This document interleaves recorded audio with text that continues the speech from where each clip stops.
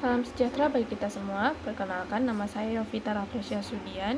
Di sini saya akan menjelaskan terkait materi konsep dan pencatatan dari aset tidak berwujud dan kewajiban jangka pendek. Definisi amortisasi aset tidak berwujud. Apa itu amortisasi?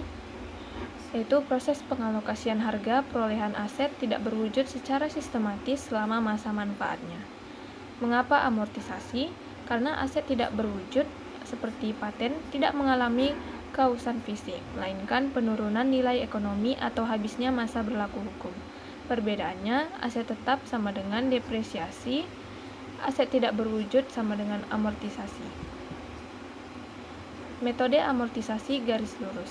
Metode garis lurus atau straight line, manfaat ekonomi dianggap merata setiap tahun. Untuk formula, beban tahunan sama dengan harga perolehan dikurang nilai residu sama dengan masa manfaat.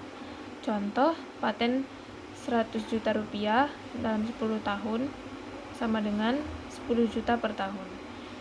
Umumnya, aset tidak berwujud tidak memiliki nilai residu. Metode amortisasi saldo menurun.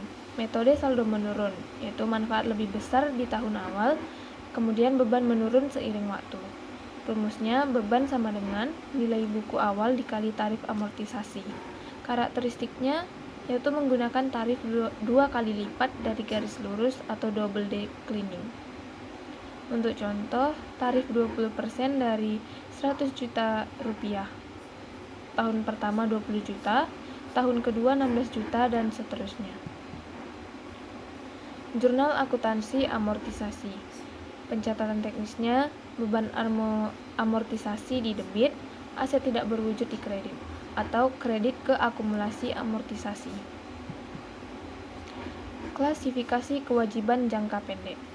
Definisinya, kewajiban yang harus dilunasi dalam waktu 1 tahun atau 1 siklus operasi. Pentingnya analisis untuk mempengaruhi rasio lancar atau current ratio untuk mengukur likuiditas perusahaan. Jenis utama yang pertama utang dagang, itu tanpa bunga formal. Yang kedua utang wesel, janji tertulis dan berbunga. Kemudian bagian lancar utang jangka panjang. Kemudian pendapatan diterima di muka, kas sudah diterima tapi barang atau jasa belum diserahkan atau utang performa. Kemudian ada beban yang masih harus dibayar seperti utang gaji, bunga, dan dividen.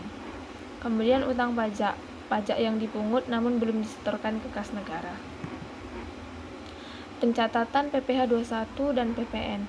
PPh pasal 21, pemotongan pajak gaji karyawan.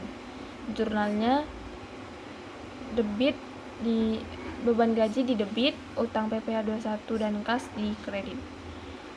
PPN atau pajak pertambahan nilai ada 2. Yang pertama PPN keluaran, terjadi saat penjualan atau kewajiban, kemudian penyelesaian. PPN keluaran dikurangi PPN masukan, selisihnya wajib disetor ke negara. Pencatatan pajak PPh badan dan PPh 23. PPh badan pasal 25 atau 29, pajak atas laba perusahaan, pasal 25 atau angsuran, pasal 29 kurang bayar akhir tahun. PPh pasal 23, pemotongan pajak saat membayar jasa pihak lain atau konsultan atau sewa. Risikonya, keterlambatan picu sanksi denda yang menambah kewajiban jangka pendek. Baiklah, dari materi yang telah saya sampaikan dapat ditarik kesimpulan, yaitu pemilihan metode amortisasi harus mencerminkan pola konsumsi manfaat aset. Pengelolaan utang lancar krusial bagi likuiditas. Kemudian yang terakhir, kepatuhan pajak adalah bagian dari kesehatan finansial. Baiklah, sekian materi yang dapat saya sampaikan. Terima kasih.